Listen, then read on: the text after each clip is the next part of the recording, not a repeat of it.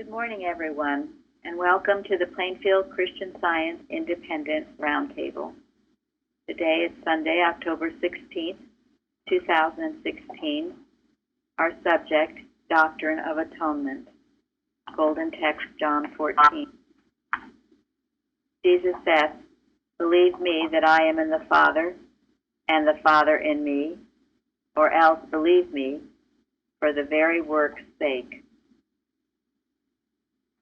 Today we'll start off. We have been debunking the 9 satanic lies originally appearing in the Satanic Bible in 1969. So last week we did the first 2. This week the third one. Satan represents undefiled wisdom instead of hypocritical self-deceit.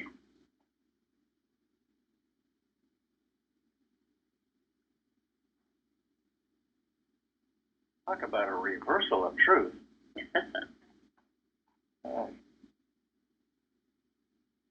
Whatever it does, it justifies itself, saying, I'm the wise and I know. Yeah. That's one of the great evils out of self-justification. But what's undefiled mean? Pure. Okay. Everybody hear that? No. Pure. Contaminated, untainted. I found Right. unchallenged. The truth is, it means it's uncontaminated by material beliefs, by material ambition. And yet, what does Satan say? Matter is all that's true. And it's uncontaminated by spiritual truth.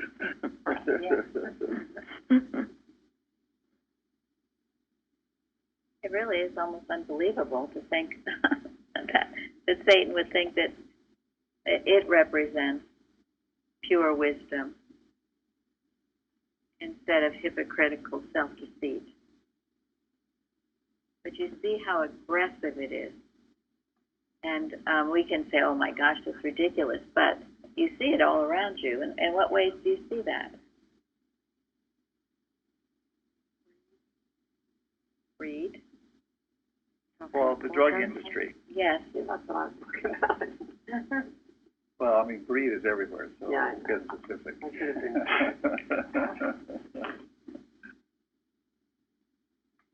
Yeah, the whole materia medica, the drug, yeah, that's where the wisdom is. It's undefiled wisdom, unchallenged.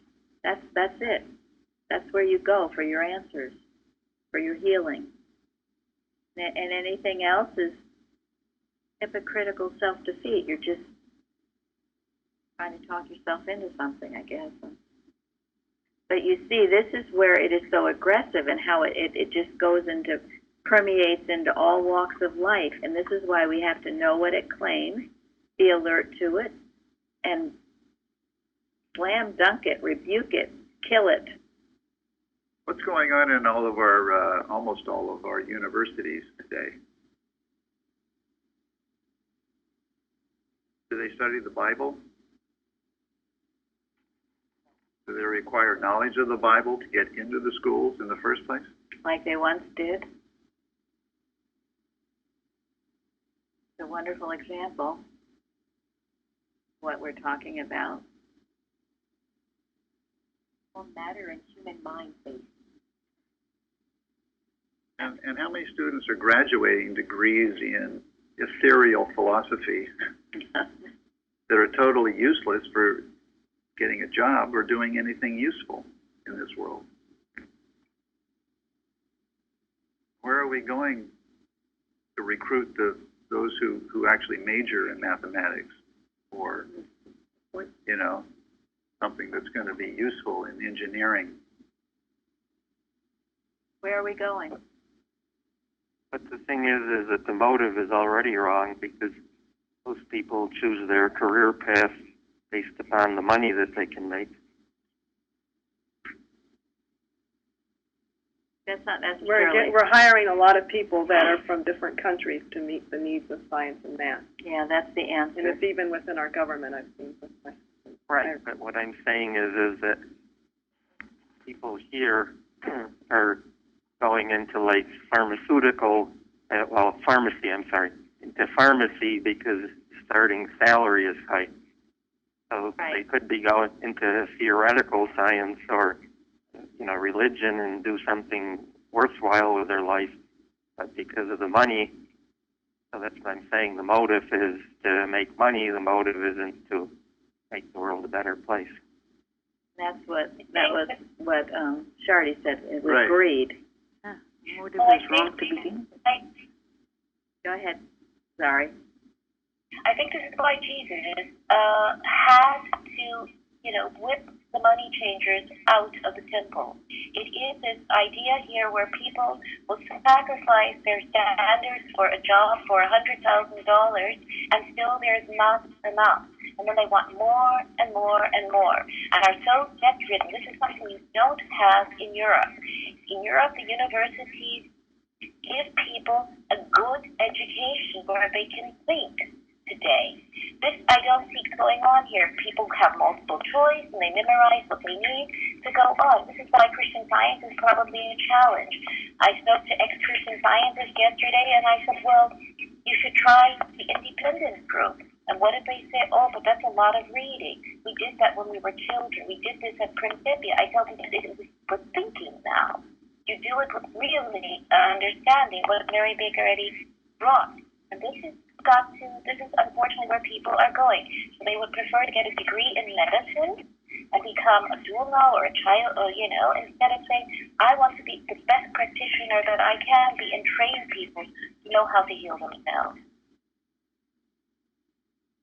Thank you. So it all goes back to believing that you really do need material sustenance first before spiritual sustenance in order to get on with your life. And there are a lot of fine, unselfed people who do forego careers in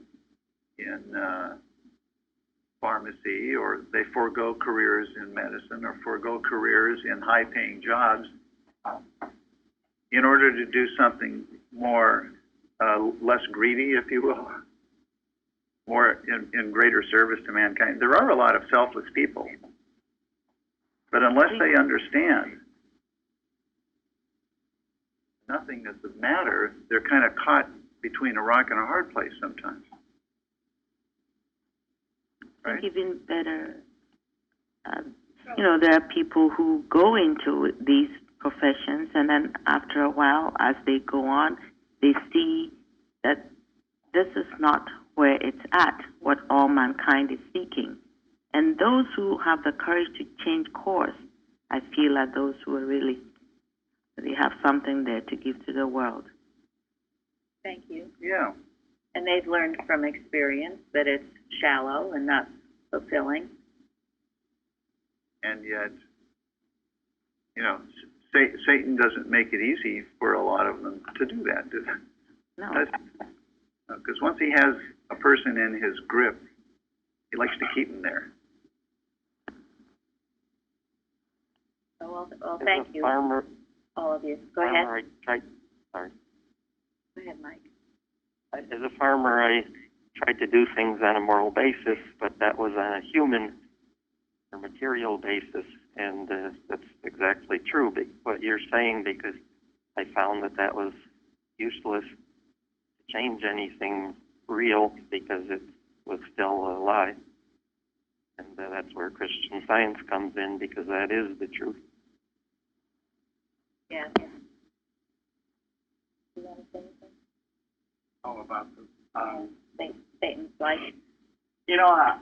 Actually, the only thought I had about it, reading through all these, it feels like somebody went through and realized, like, Catholicism had issues and was trying to come up with something that was against that, but they were going at it from a material standpoint. So good, and that's true. Because old theology is suspect. It doesn't, you could accuse it of spiritual pipe dreams and hypocritical self-deceit. All of those, the wrong sense of truth. And why is that? Why does old theology get tripped up like that? Because they don't have demonstration. They don't believe in healing. They don't believe in going to God. Well, there are a lot who will say that they do. But do they demonstrate? Do they work on their demonstration? And if they don't, why not? Because they've been told the doctors can do that for them. It's a separate thing. That was the agreement between the church and science. Well, I think in 1789, something like that, starting with Constantinople. Yeah, they still embrace material medicine. Yes, they do. They don't understand the nothingness of matter. They still think that there is this partnership between matter and spirit.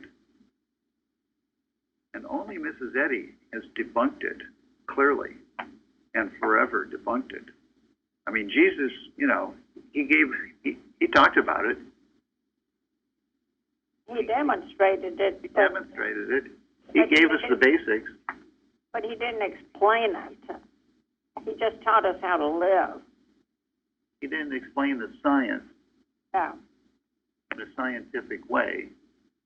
And that is why he said the Comforter will do that for you, which we know is Christian Science.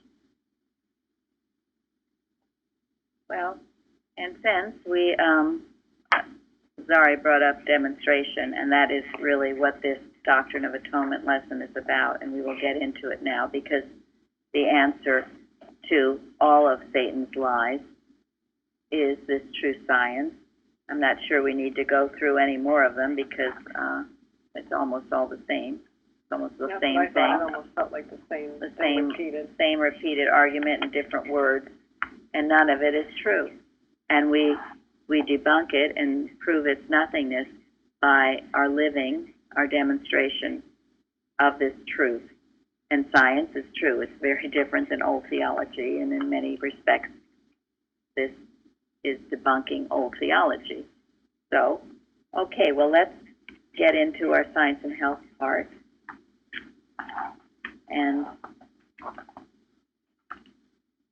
Jeffrey, you can read in Science and Health Citation 1. Should be right in there.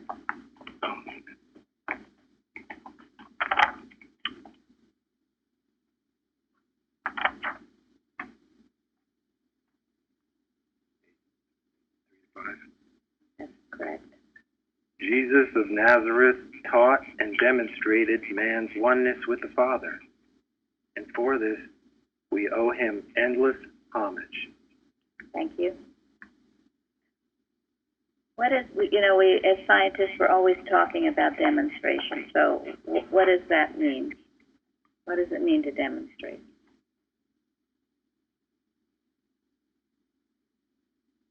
What's to prove? Thank you. Yes, it is. The definition is to prove beyond the possibility of doubt.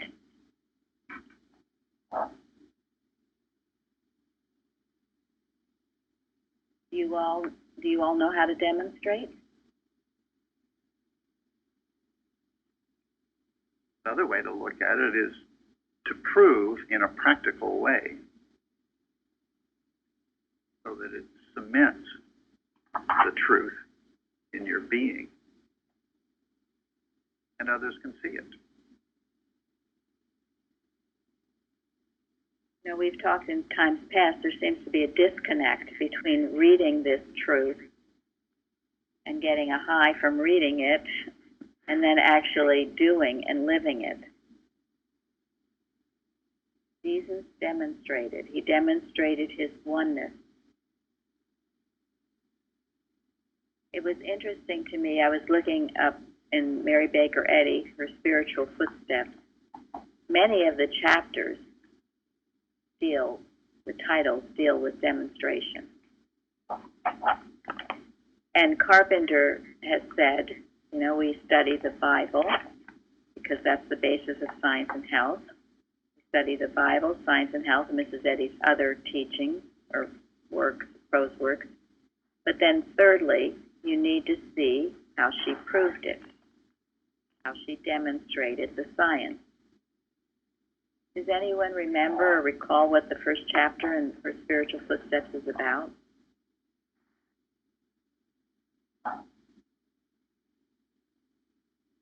That's a tough question. Yes, thank you, Sharon. Oh, very good.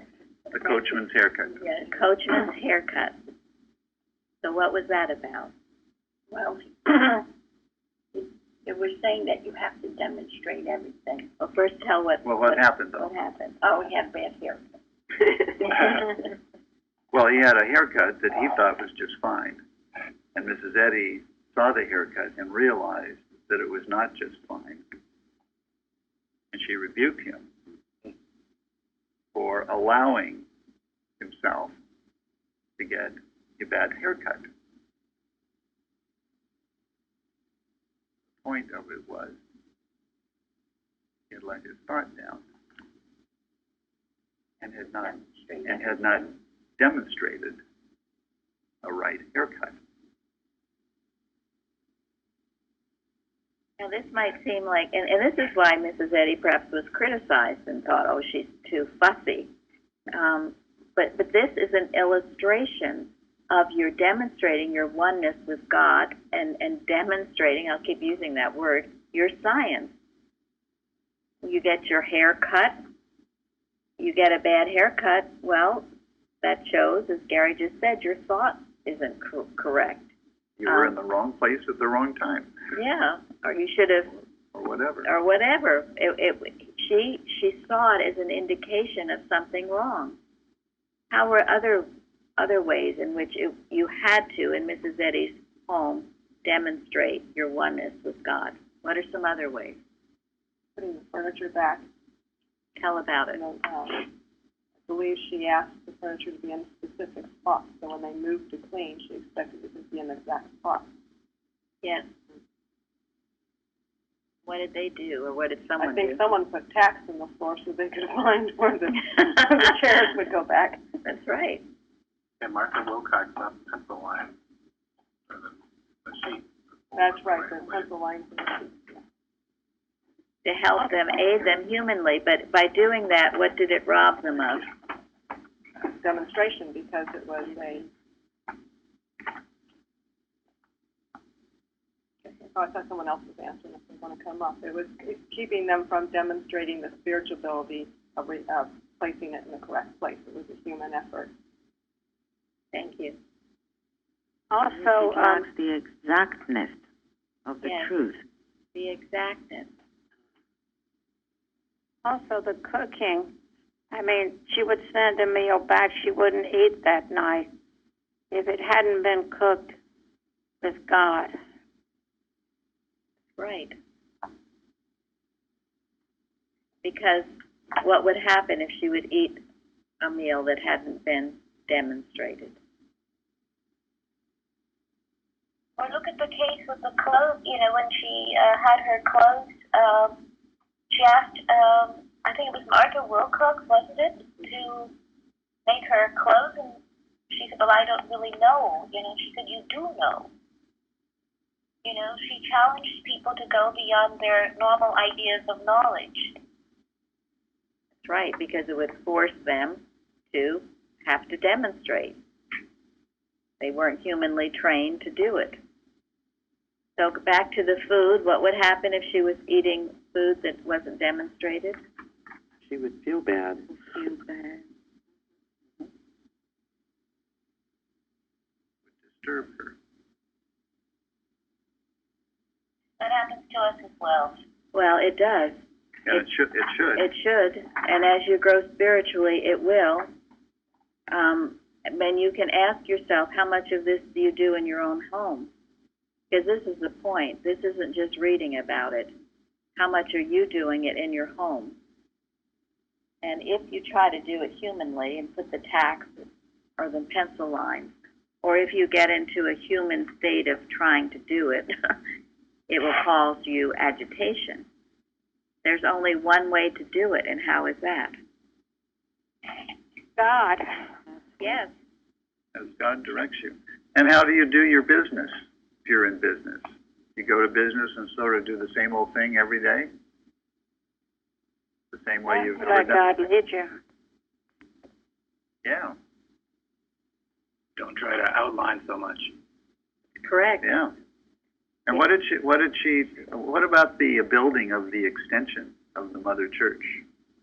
Does anybody know what the circumstances were there and how that? I think she gave them a deadline that was beyond normal ability to be, I guess, the time-wise. Yeah. I mean, she demanded architecture, some features of which had never been built before. And then she gave them a timeline that was humanly impossible.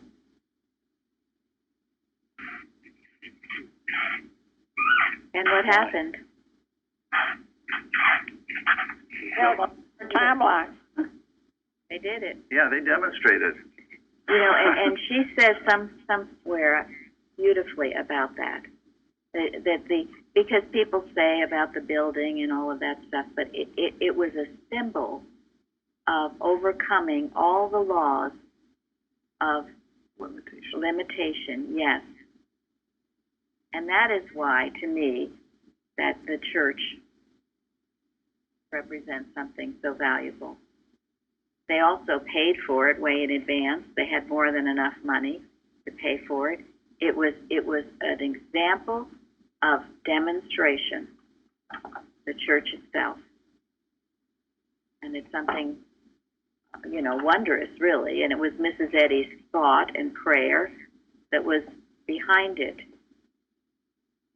To read about it is fascinating. So much to it. But this is what can be accomplished, and we read about it. This is why we have our Bible studies, because this is what you see all the prophets doing, demonstrating victories over impossible situations, not to mention physical healings and the raising of the dead. This is your oneness with God. Now, along with that, I'll have Gary. Gary, you can just read where I marked here. And this is chapter 102 in Spiritual Footsteps, which is more of what we've talked about. Gilbert Carpenter speaking. I can assert with conviction that Mrs. Eddy's home was the only place where I ever saw a perfectly consistent application of scientific demonstrations to all matters. She made it a requirement that we must demonstrate all the material experiences of ordinary daily life and strive to see God back of everything, no matter how insignificant an incident might seem. This condition resulted from Mrs. Eddy's vigilant care that they extend the process of demonstration to every department of human experience: food, sleep, daily tasks, caring for the horses, etc.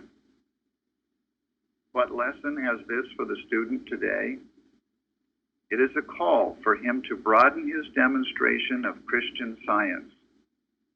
Everything that was done for the leader had to be demonstrated, for whatever was not demonstration was not acceptable to her or to God. Sensitive people can feel the difference in the service rendered by a servant who loves the family and one who regards the household duties in terms of dollars and cents. This illustration will help the reader to understand that when one is sensitive to spiritual things, service without demonstration has little power to satisfy or bless. Jesus said that man cannot serve two masters. So in serving Mrs. Eddy, we could not have a mortal sense and a demonstrating consciousness of God back of our service at the same time. If we did not rely on the divine mind, then mortal mind was behind it, And we know that mortal mind is always a murderer at heart. Now, I'm sure you've all had experiences with this. Perhaps you've been served food that made you sick or made you uncomfortable, or been in a home where either you felt tremendously blessed or tremendously uncomfortable. Certainly children are aware of this. You know, they can read thoughts so easily and feel it. They have such a strong spiritual sense of things. Even animals do, sometimes much more than adults that have been trained to block it out. Everything we must do, everything should be demonstration, proving your oneness with the Father. And it's actually, and Carpenter says this, it's actually easier than the other. Why would that be? Well, with God, everything moves more harmoniously. I mean, it just does. That's right. Who else is speaking? That's what's real with our nature, our spiritual nature. Thank you. Linda? Then you have to redo it. Yeah. It talks about in tears, you have to... Right, retrace your steps in tears. Because you haven't. And you know when you're with someone just expressing the Christ, the joy, the love, the enthusiasm, the peace, there's a wonderful feeling about everything. Then if you're with someone who, well, go back to greed, they're doing it for money. Or duty. Duty. I remember, I mean, this to me was such an example. Years ago we went to something in New York City. It was a Christmas Carol, I think, a production. It was at Madison Square Garden, you know, supposed to make you all Christmassy. Anyway, it was like a cattle sheep just being poured in there. You sat down for your 2 hours and you're poured out again. It was just totally, it felt so materialistic to me. It's like Mrs. Eddy says, what alone without your glory, in one of her articles about Christmas tide. There wasn't any spirit or any joy or any real Christ in that. Or anything, Go ahead, Florence. or anything done to be thought well of, you know. Right. The motive is. We had brought some little children, and I thought, you know, we were doing something in New York City, Christmassy, but it was a dead ceremony. Benjamin? Yeah, and when you come out from the ceremony, then you're looking for something else. Right. Immediately, because there was no demonstration. First, secondly, there was no God in it. And that goes back to the question you asked earlier. What will happen if Mississippi has eaten that food? It's something that will happen. I think somebody said that will happen. It's something that will happen to all of us. If you eat food or you go to lunch or dinner without demonstration, after that you want more. And that leads you to eating the wrong food, and that causes that food to, instead of being good to you, it do the opposite to you. And that's why you see people having trouble with food, people who gain weight just by eating the same food that somebody else ate. Yeah, it has a lot to tremendous do. effect to our health. Yes, it's your thought, your motive. You know, it's true that people are dieting all the time. The more they think about food, the more they diet, the more they gain weight. It just doesn't seem to work. That's why it's not in matter. We have some wonderful articles on that on our website about that. And again, your motive, and what are you looking for? I can't remember if I shared this, something that I read at the Roundtable about, well, 2 studies were conducted. One about someone, they jogged, they were healthy, they ate all the right foods, you know, boom, boom, boom. They did everything medically that you were supposed to do, and they suddenly got some disease, died. Okay, and then there was someone else who came from a very big, warm, loving family, and they ate a lot of junk food, went to McDonald's and But they love their family, they love their work, and guess what? It's a long life. Yeah, and they were in perfect health. And they didn't exercise, okay? they did all the things you're not supposed to do.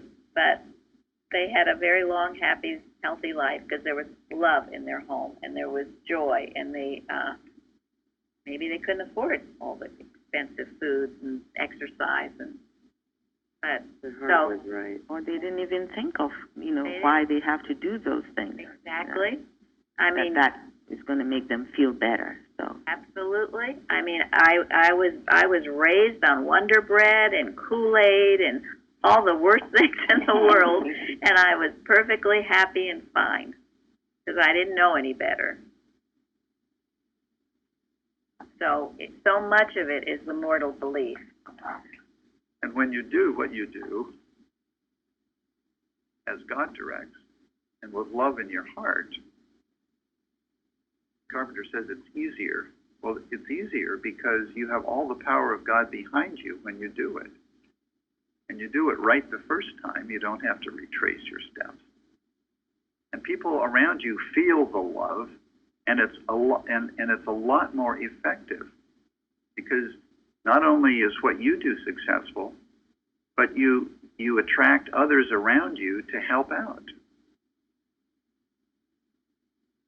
Remember when people get involved in an accident, like driving vehicle accident, because of lack of demonstration or lack of prayer, let me put it that way, asking God, and God directing you which way to do, and also help you the way you drive too, because you'll be conscious of other people and yourself. But when people don't do that, which I have involved too, you find out you get involved in an accident. Wherever you're going, you're not going anywhere. Just stay there because you have to wait for police to come. Whatever reason why you are speeding, everything is ruined for the whole day. Yes, you have wasted because you didn't take your time to pray and let God work in you and through you, and you're rushing around. You don't make time. You waste time. It's a mess. I'm telling you, I've heard people say they don't have time for God. They're too busy. Their business comes first. They have to work on Sundays. They have to do this. They have to do that. And then something happens, and man, do they have good grief, are they wasting time. By that, I mean they're in the hospital or other things. And expense, I don't ever like to hear that argument that people don't have time for God. That is, well, I won't say the words, but it's Wicked. yes, wicked. A wicked lie. Now that's a wicked lie, Satan. Yes. Self-destruction. It's self-destruction. You have more time when you pray. Now, I wrote about it in the forum, but it's very important that you all know these statements of Christ and you work with them. They're in this week's lesson, and who can give them to me? What's the first one? I and my Father are one. Yes. I and my Father are one. This is what we've been talking about, your oneness with God. I am the way, the truth, and the life. No, that's not the one I'm referring to. What's the second one? They're all in John. That's in The John. Father that dwelleth in me, he doeth the work. Yes. The Father that dwelleth in me, he doeth the work. Father has not left me alone. Yes. And then I add, because I think it's very important, why does he not leave you alone? Do everything to please him. Yes, for I do always those things that please him. We talk about being in the Christ mind, having the mind of Christ. These things you have to incorporate in your life. You have to think about them and live them and realize the truth of them. That's having the mind of Christ. There was also something that specifically I'm looking for that Florence read in her reading on Wednesday. Does anyone know what I'm referring to? Which is also the mind of Christ.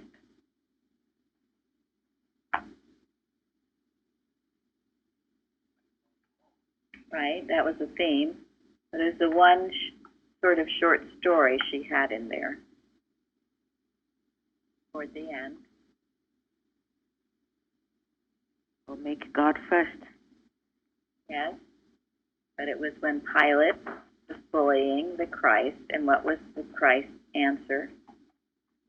I have no power over me, except given to thee from above. Right. Say it loudly. Thou hast no power of me except given to thee from above. Thank you. That's an essential point of the Christ, to know thou hast no power over me unless it has been given to me, to you, from above. You can say that to any form of error. It has no power over you. Whether it's a medical verdict, whether it's your mother telling you you're a stupid idiot, whether it's a judge condemning you, there's some others, whatever. Well, diagnosis, Diagnosis, tyranny, tyranny, Bullying, bullying, government bureaucrat. yes, dictating. Unless it comes from God, it has no power. And why is that? All power belongs to God. Thank you, Florence. All power belongs to God. So how could it? And that includes weather conditions, as Elizabeth testified to.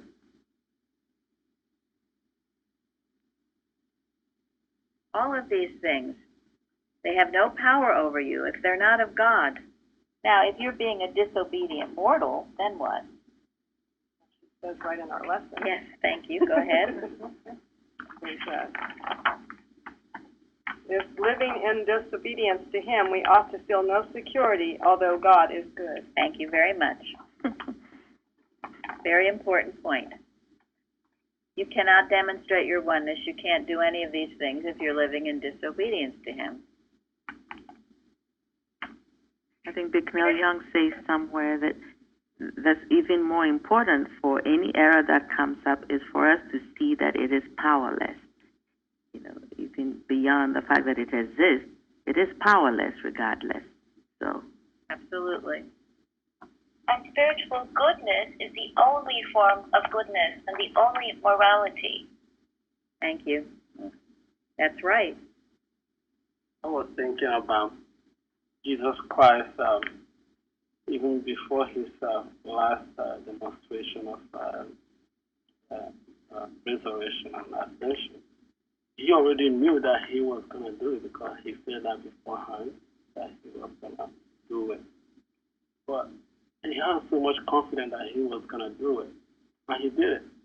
Now I asked myself, what would have happened if he wanted to do it and he couldn't? I couldn't find the answer, but I know that he was able to do it because he did everything that God wanted. Absolutely. He did his Father's will, not his own, which goes to some degree into the watching point this week. Can anyone read it or paraphrase that?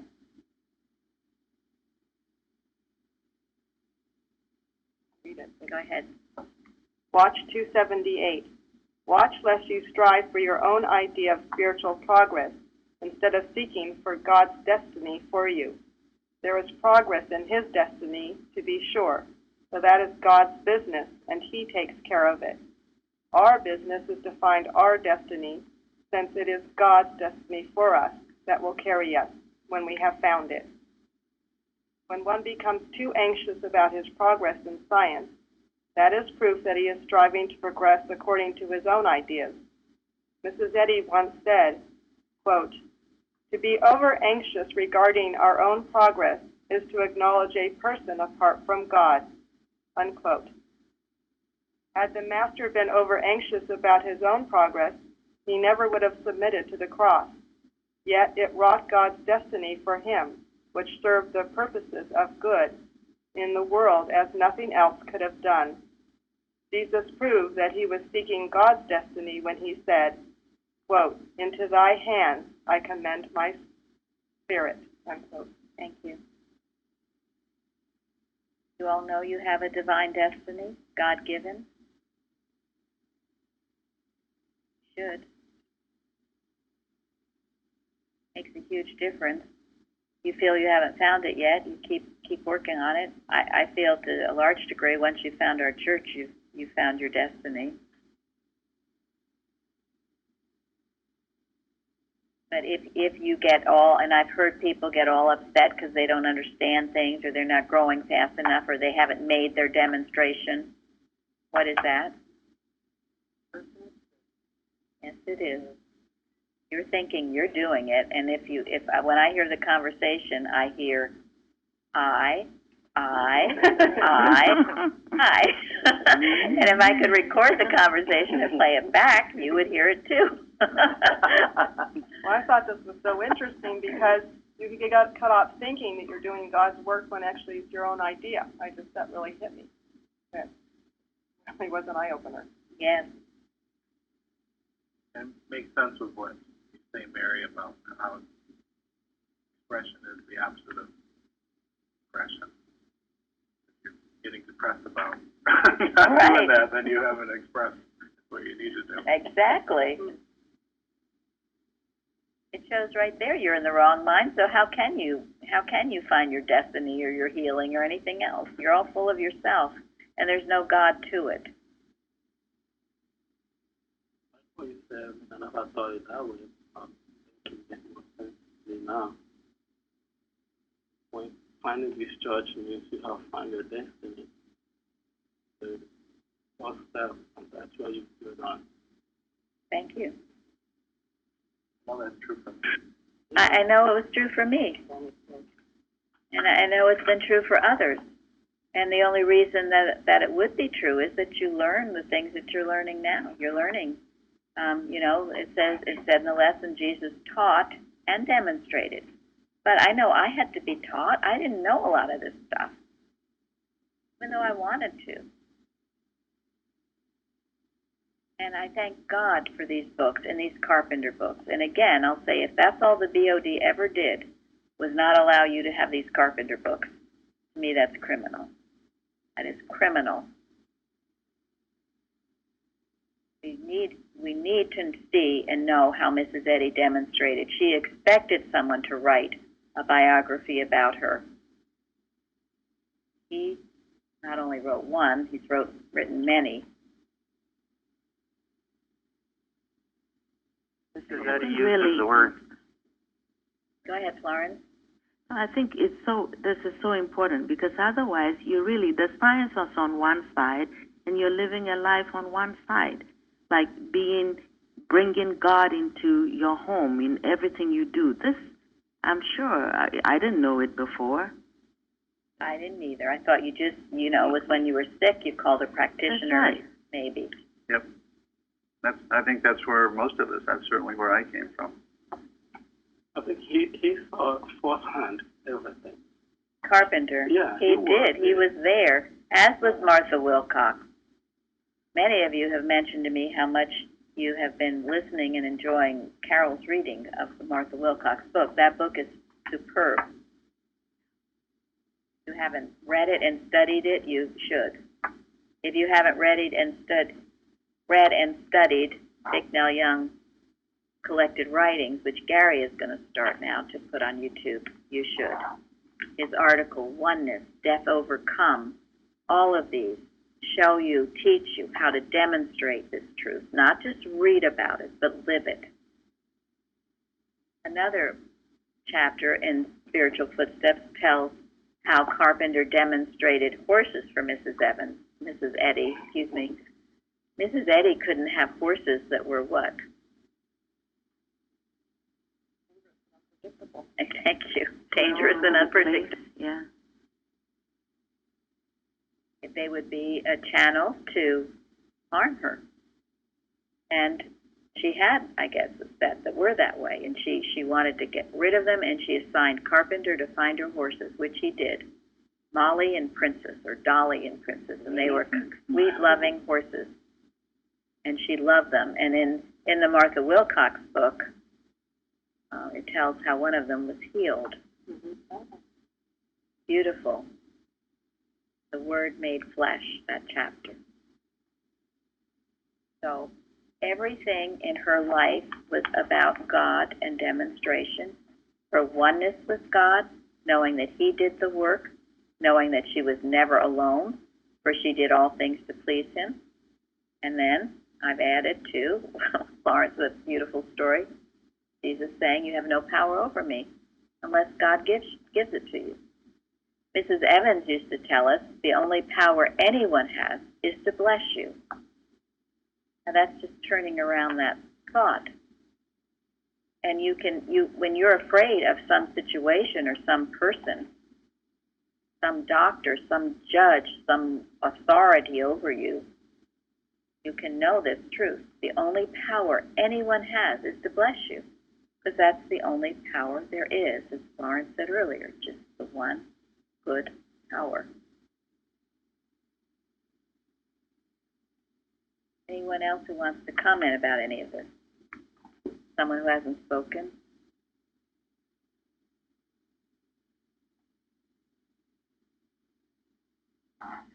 Okay, well, it mentions by his obedience to God, he demonstrated more spiritually than all others the principle of being.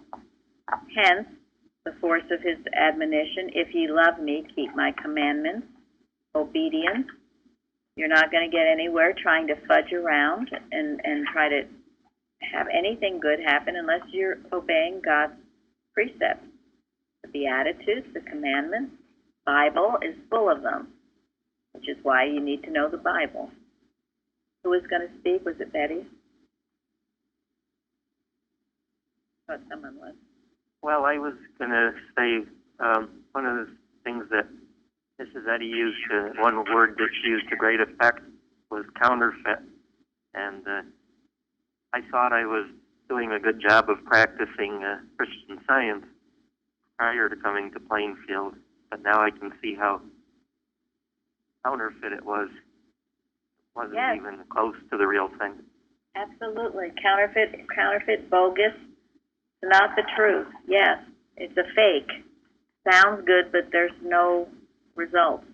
Okay, Gary's gonna read the last citation. Thank you, Mike. If truth is overcoming error in your daily walk and conversation, you can finally say, I have fought a good fight. I have kept the faith. Because you are a better man. This is having our part in the at-one-ment with truth and love. If the disciple is advancing spiritually, he is striving to enter in. He constantly turns away from material sense and looks towards the imperishable things of spirit. If honest, he will be in earnest from the start and gain a little each day in the right direction, till at last he finishes his course with joy. Now this has always been so encouraging to me because it puts it down in small practical steps. Truth overcoming error in your daily walk and conversation. Ask yourself, is it? That's having part of the at-one-ment. If truth is overcoming error in your daily walk and conversation. You advance spiritually, you're striving to enter in. You're turning from the material sense and looking toward the imperishable things of spirit. And then finally, honesty. Honesty is indispensable. You can't fake it, you can't lie, you can't fool. You might think you can fool someone else, but you can't fool God. You have to be honest. You can't pretend to be somewhere you're not. Honesty is absolutely essential. And what does Mrs. Eddy say about honesty? Spiritual power. And dishonesty is? Weakness. Human weakness. Yeah. So it's not an option, folks. Not enough. And if you are honest, you'll be earnest, and you will gain a little each day in the right direction. You're not asked to do more than what you can do. No one is asked to do more than what you can do. And you will have the joy that no man can take away. The blessings come immediately. They do. You might not get this big healing that you think you want immediately, but the blessings will come immediately if you have eyes to see and ears to hear. Come. They're there. They're all around. They always have been. So I'm going to end now with collected writings, oneness, some excerpts, which I always love this. Talking about our oneness. When we know our oneness, we know that we are good because God is the only good. We know we are intelligent because God is the only intelligence. We are harmonious because God is the only harmony. We are the very presence of these things. We no longer feel that our demonstration lies in an appeal to a power outside of ourselves to do this thing or that, but that we are the very presence of these things, even the presence of something that may seem to be lacking. We must never think of ourselves as human beings.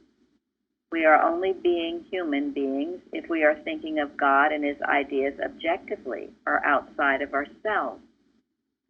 On the other hand, when we know ourselves to be divine, and we are being and doing these things subjectively, our own divinity appears, no matter what seems to be the occupation for the moment. Speak of divine consciousness. Well, what does this mean?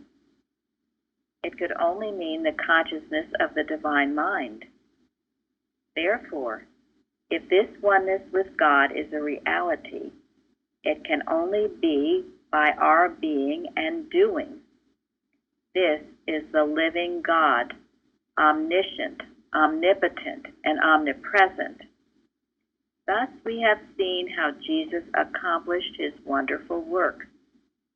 His life was a constant subjective experience, that is, conscious knowing of His oneness with God made His experience. Whether the need was to heal the sick, raise the dead, feed the 5,000, or produce the money for the taxes, subject to the divinity of His being. It was all within Himself, true subjectivity. He did not think of something relative, objective outside of Himself, but He knew that His very being was God. In other words, He was it, and He did it. So can you. It's called demonstration. So we'll go on now and demonstrate a powerful service with God's presence. Thank you all. Thanks so much. Thank you so much. Thank you. Thank you.